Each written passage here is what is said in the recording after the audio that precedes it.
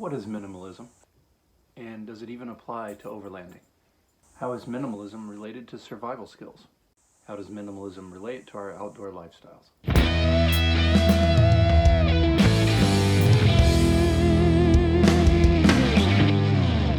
I think the first thing we need to do is distinguish between lightweight or ultralight and minimalism. With modern technology and gear being made the way it is, you can pack a million things without adding a lot of weight. And that's not the same as packing the minimal gear. So one of the questions that we have to decide is, which approach do we want to take?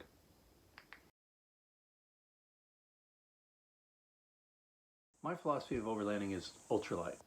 It's an adaptation of an idea from the backpacking world, which has been taking over the last few years. And people are routinely paring their gear down, down, down. They're trying to carry the minimal amount of gear possible. It's related to minimalism in the sense that they just don't want to carry very much. And whatever they do carry has to be the lightest and, well, the lightest. In overlanding, it's a little different, especially if you drive a full-size rig. So I'm a full-size overlander. Why'd I pick a full-size rig when I believe in lightweight? Well, for one thing, it's got a V8. So it's got enough power for everything. In fact, it runs 420 horsepower. And because of its weight and its size, it has traction and it has capability. So here's a story you might find interesting. When I was in Boy Scouts back in, I guess it was junior high school, we went up in New Mexico to a camp called Tres Ritas, and we were doing our Eagle Scout service project, which was helping to reforest a burned out area.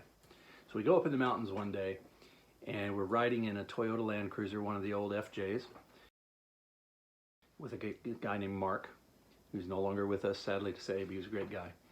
And Mark was turning around on this fire road and backed off the side of the mountain, and we slid down a little bit and hit up against a tree. And we were at an angle where the FJ couldn't get any traction. We were spinning our wheels.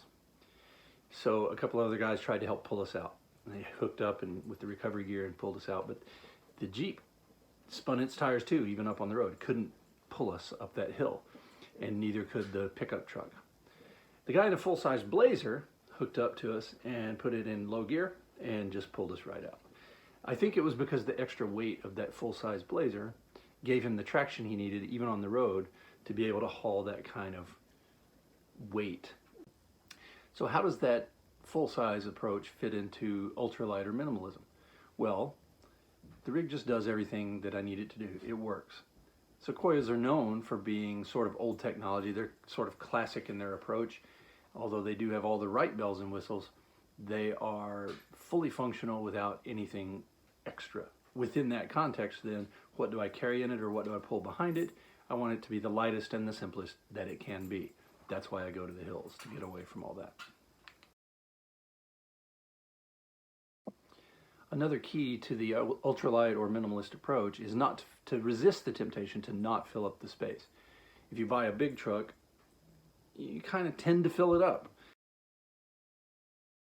And the idea here is to avoid that by really looking through the gear and only taking the minimum, only taking what you really need or what you're actually going to use. Then there are things that you might not really need, but you decide you're going to take. Despite my focus on lightweight, I always carry a 2-burner Coleman stove. It dates back to my backpacking days when I carried the Coleman backpacking stove that's about that big and that big around. Even though it wasn't the lightest one, because it always worked. It was reliable. It was a 10,000 BTU output from a single burner, and it worked when everybody else's stoves weren't. It was worth the wait, and you make it up in other places. So there's some things that you just decide if it needs to work all the time, it needs to work a certain way, you make that commitment. I'm also willing to carry my 2 big folding chairs. They're rigid. They're not the backpacking type of folding chairs. But when I sit down, I want to be comfortable, and I don't necessarily want to sit on the ground or on a log. And since I'm not backpacking, I am in a rig, I'll carry that chair, or 2 if there's 2 of us going. The next principle, of course, is to make light choices. So within the context we've been talking about, How do you minimize the weight? You buy the lightest thing. Why put a 100-pound or a 60-pound installed awning on something if you can carry a 2-pound dining fly and a couple of aluminum poles? That's how I do it. So I carry an awning all the time because I want the shade over the cooking area, but it's a backpacking awning with some lightweight aluminum poles. And I'll set it up in a freestanding configuration, or I'll hook it to the roof rack on the truck and put it off the side of the truck. But the idea for me, I don't really want or need to install one of those awnings that goes on the truck because they're heavier. This one works fine for me. Of course, once you've decided to make the lightweight approach yours, if that's what you like, and you want to minimize the gear, how do you implement it? Well, you sort, and then you sort again, and then you sort again. You just keep going through your gear. And you look at things based on how often it's used, and is there a lighter version, or can you carry a smaller pocket knife instead of the big sheath knife, and all those kind of questions. You just keep going through it until you've pared it down as far as you can get it, and then you've arrived at your lightweight configuration. One thing that helps in going minimalist or lightweight is to buy the best gear you can afford. You buy one thing, buy it one time, cry one time, and then you use it. There's things like these modern sleeping bags that are made out of polyester fills now. They're much better than they used to be. And so they really are sort of approaching the weight and packability of a down bag. And there's answers like that in every type of gear, in every area. The question is, find the lightest and the most efficient, the most technological that you can afford, and use that to the greatest degree that you can. We'll be doing a gear guide soon, and I'll be going through my loadout. And I'll show you some of the particular items that are along these lines that are lightweight and technologically advanced. The hatchet that I use, I'll show you the awning that I mentioned. I'll show you the backpacking tent I use for a ground tent. Because I've just repurposed some of my backpacking gear. I have very lightweight cook kits. I carry 2 of them because they're so light. And so if there's 2 of us on the trip, I don't have to worry. And all of that helps make room for certain things that I do want to carry, like the bigger stove that I mentioned. I'm intrigued by the philosophy of minimalism, although I'm not sure I could do it. You just look at the wall behind me with the decorations and you'll know I'm not a good minimalist or even one at all. But in the spectrum of life where you've got minimalism over on that end and you've got stuff over on that end, the collector gene, you know, there's room in between. And for me, I found that if I move a few steps towards the minimalist side, it would be a good move.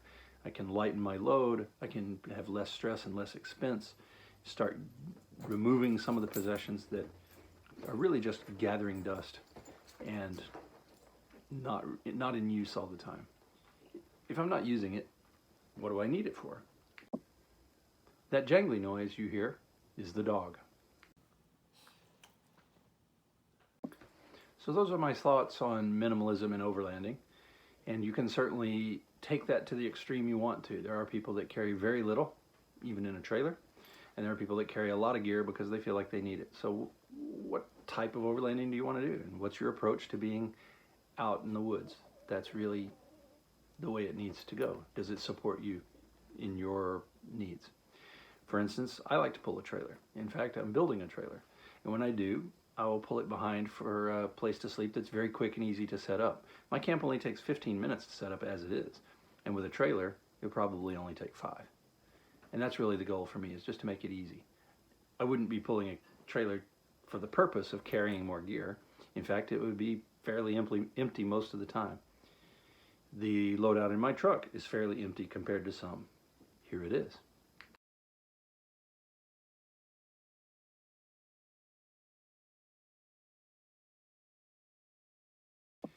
So I hope you found this useful, or at least thought-provoking. If you have questions that you would like to discuss further, put them in the comments down below, and we'll talk about them. I'll be sure to answer them. And I hope that you found something interesting here to spur your own thought process about how you can adjust your gear loadout to fit your needs the best.